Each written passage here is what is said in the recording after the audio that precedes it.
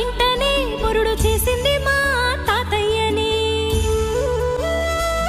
పేరు పెట్టింది మా అమ్మమ్మని, ముందు పిలిచింది మా నానమ్మని.